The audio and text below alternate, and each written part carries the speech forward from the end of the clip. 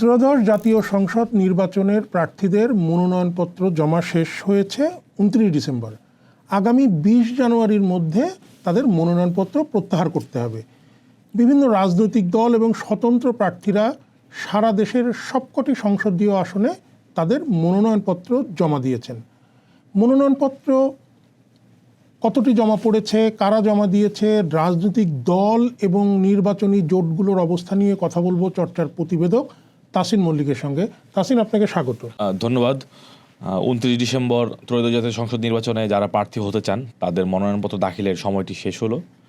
এর আগে 11 ডিসেম্বর যখন নির্বাচন কমিশন তফসিল ঘোষণা করেছিল, তারপর থেকেই 29 ডিসেম্বর পর্যন্ত সময়টি নির্ধারণ করা ছিল যে প্রার্থীরা এই সময়ের মধ্যেই মনোনয়নপত্র সংগ্রহ করবেন এবং দাখিল করবেন। তো নির্ধারিত সময়ের মধ্যে প্রায় 3,407 জন প্রার্থী মনোনয়নপত্র তুলেছিলেন, কিন্তু এর বিপরীতে আসলে দাখিল করেছেন গত 29 ডিসেম্বর শেষ সময় বিকাল 5টা পর্যন্ত প্রায় 2,570 জন প্রার্থী মনোনয়নপত্র দাখিল করেছেন। কোন আসনে সবচেয়ে বেশি মনোনয়ন জমা পড়েছে? আমরা নির্বাচন কমিশন থেকে যে তথ্য পেয়েছি সেই তথ্য অনুযায়ী ঢাকা 18 আসন এবং আরেকটি আসন হচ্ছে গাজীপুর 2 আসন। এই দুটি আসন, ঢাকা 12 আসন এবং গাজীপুর 2 আসন, এই দুটি আসনে 18টি করে মনোনয়নপত্র জমা পড়েছে। আর সবচেয়ে কম আমরা দেখতে পাচ্ছি যে দুটি আসনে যৌথভাবে চট্টগ্রাম 15 এবং ঠাকুরগাঁও 1, এই দুটি আসনে 3টি করে মনোনয়নপত্র জমা পড়েছে, এটি সর্বনিম্ন।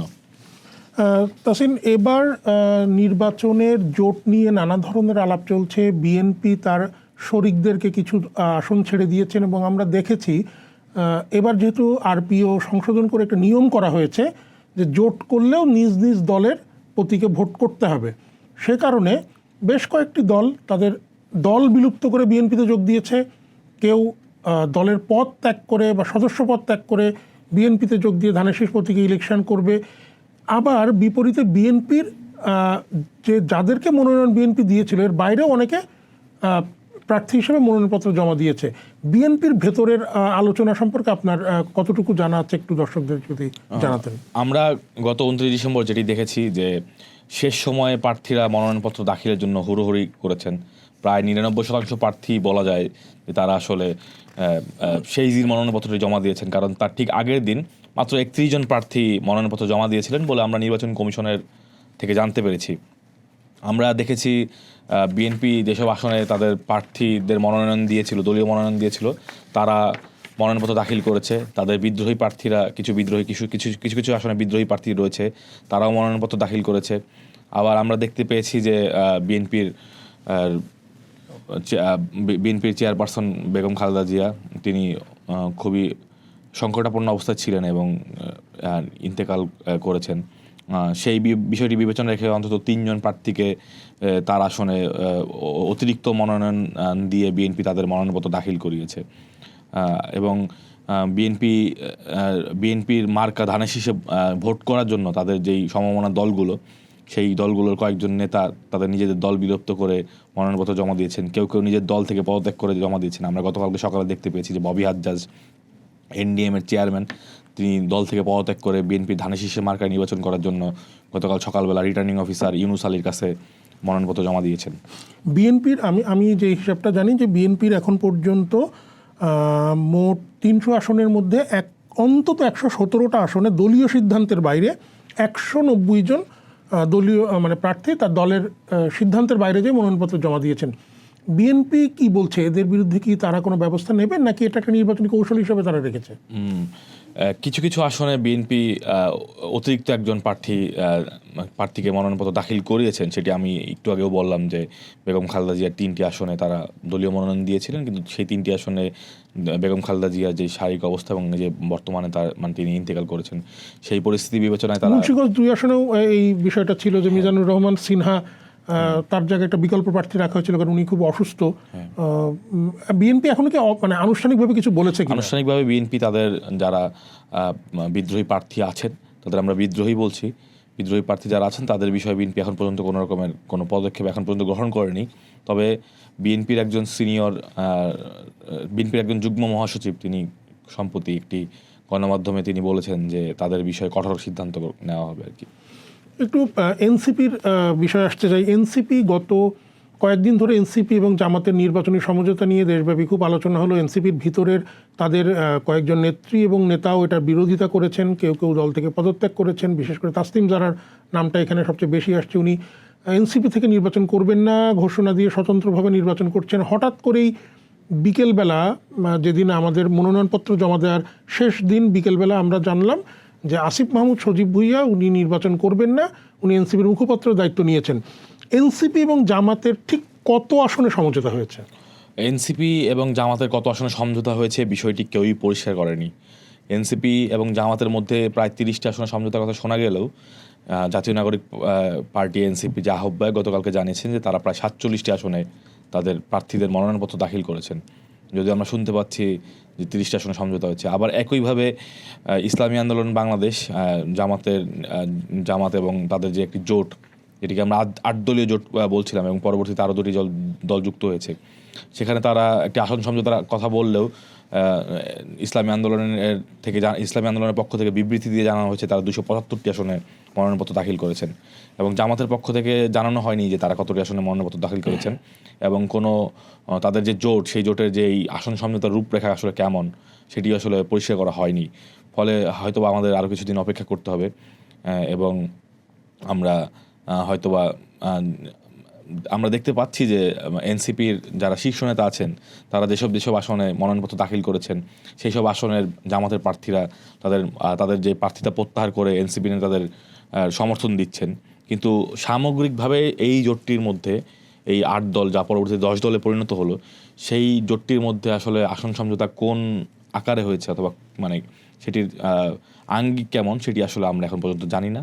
হয়তোবা তারা পরবর্তীতে স্পষ্ট করবে। মানে এখানে কি প্রথম থেকেই যে বিষয়টা ছিল যে জামাতের সঙ্গে এনসিপির রাজনৈতিক সমঝোতা, তারা জোট বলছে না, তারা সমঝোতা, মানে এনসিপি বলছে সমঝোতা, জামাত আবার বলছে যে এইটা জোট। তো এই যে একটু লুকোচুরির একটা মানে বিষয় আছে, মানে এটা কেন? এটা কি নির্বাচনী কৌশল, নাকি এখনো মানে দলের অভ্যন্তরে কোনো ধরনের মানে আলোচনার মানে এখনো কোনো স্পেস আছে যে আলোচনার জন্য তারা এই ব্যাপারটাকে রাখতে চাচ্ছে যে এখনই খোলাসা করছে না? আপনার কি মনে হয়? এনসিপির আহ্বায়ক নাহিদ ইসলাম উনি সংবাদ সম্মেলনে জানিয়েছেন যে আসন সমঝোতার বাইরেও তারা কারো মনোনয়নপত্র বাতিল হতে পারে, এইরকম নানা কারণেও কিছু অতিরিক্ত আসনে তারা মনোনয়নপত্র দাখিল করেছেন। সেই হিসাবে সংখ্যাটি দাঁড়িয়েছে 47-এ। কিন্তু জামাত ইসলামের পক্ষ থেকে যেহেতু জোটের রূপরেখার বিষয়ে অথবা জোটের আঙ্গিকের বিষয়ে এটি আসলে জোট নাকি সমঝোতা সেসব বিষয়ে কোনো রকম স্পষ্ট বক্তব্য এখন পর্যন্ত আমরা পাইনি।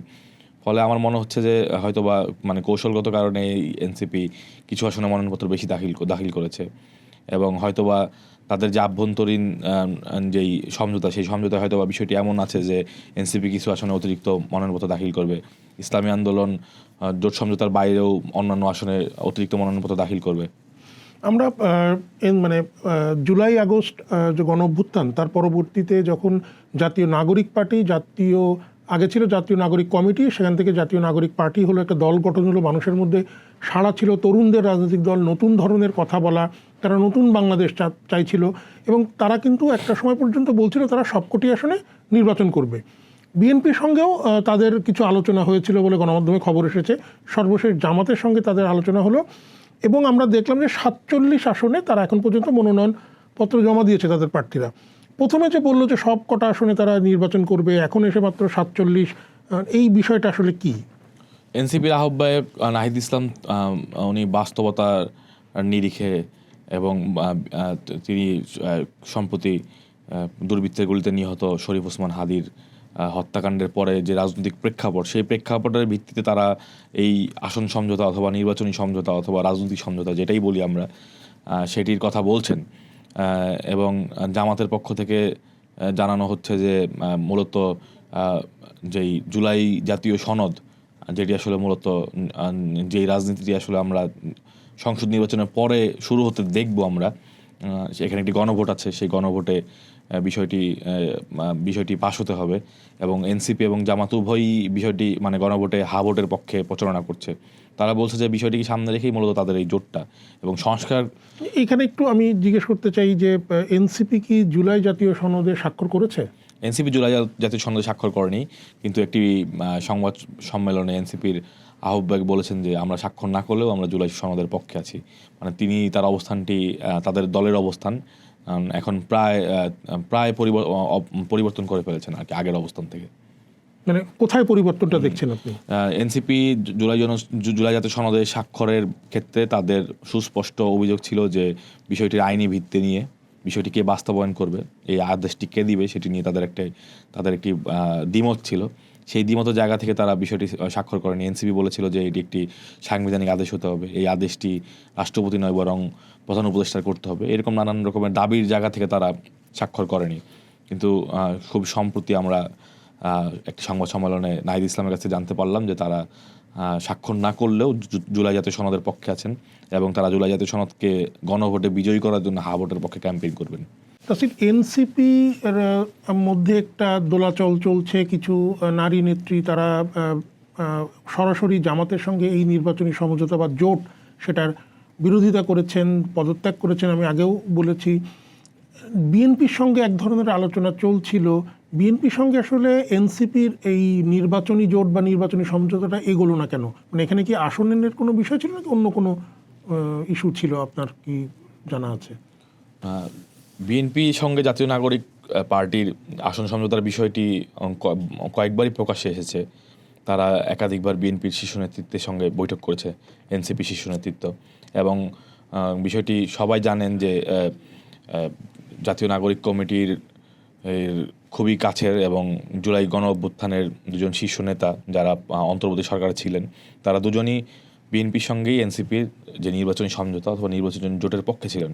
কিন্তু আমরা দেখতে পেলাম যে জামাতের সঙ্গে এনসিপির যেই আসন সমঝোতা হলো অথবা নির্বাচনী ঐক্য হলো অথবা রাজনৈতিক ঐক্য হলো, সেইটির মাধ্যমে আসলে বিএনপির সঙ্গে এনসিপির যেই জোট করার সম্ভাবনা অথবা সমঝোতার সম্ভাবনা সেটি আসলে পরাজিত হয়েছে আমরা বলতে পারি।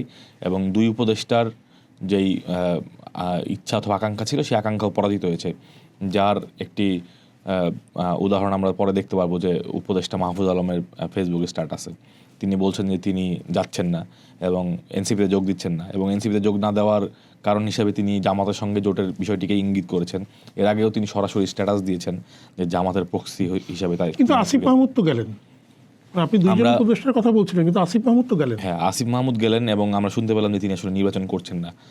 অর্থাৎ বিষয়টা ইঙ্গিত করে যে এনসিপির অভ্যন্তরে তাদের মধ্যে একটি সমঝোতা হয়েছে, তাদের মধ্যে একটি মিউচুয়াল আন্ডারস্ট্যান্ডিং হয়েছে। কার সঙ্গে? আসিফ মাহমুদ সজীব ভুঁইয়া এবং এনসিপির সঙ্গে। কারণ আমরা বরাবরই দেখে আসছি আসিফ মাহমুদ সজীব ভুঁইয়া এবং তার অনুসারীরা, আসিফ মাহমুদ সজীব হয়তো বা না, কিন্তু তার অনুসারীরা বরাবরই সামাজিক যোগাযোগ মাধ্যমে সরব ছিলেন জামাতের সঙ্গে জোটের বিষয়ে, তাদের অনীহা ছিল। কিন্তু আমরা দেখতে পেলাম যে আসিফ মাহমুদ সজীব এনসিপিতে যোগ দিলেন এবং তিনি নির্বাচন করছেন না। সেক্ষেত্রে অবশ্যই আমরা বলতে পারি যে আসিফ মাহমুদ সজীবের সঙ্গে এনসিপির একটি মিউচুয়াল আন্ডারস্ট্যান্ডিং হয়েছে, কিন্তু মাহফুজ আলমের সঙ্গে সেটি হয়নি, যার ফলে মাহফুজ আলম আর এনসিপিতে যোগ দিচ্ছেন না। ফলে মাহফুজ আলম বলেছেন নতুন একটা কিছু শুরু করবেন, কি শুরু করবেন সেটা উনি স্পষ্ট করেননি। আমরা আসলে জাতীয় নির্বাচনের আগে ঠিক আর তো 1 মাস 40 দিনের মতো হয়তো আমরা আর পাবো জাতীয় নির্বাচন আগে।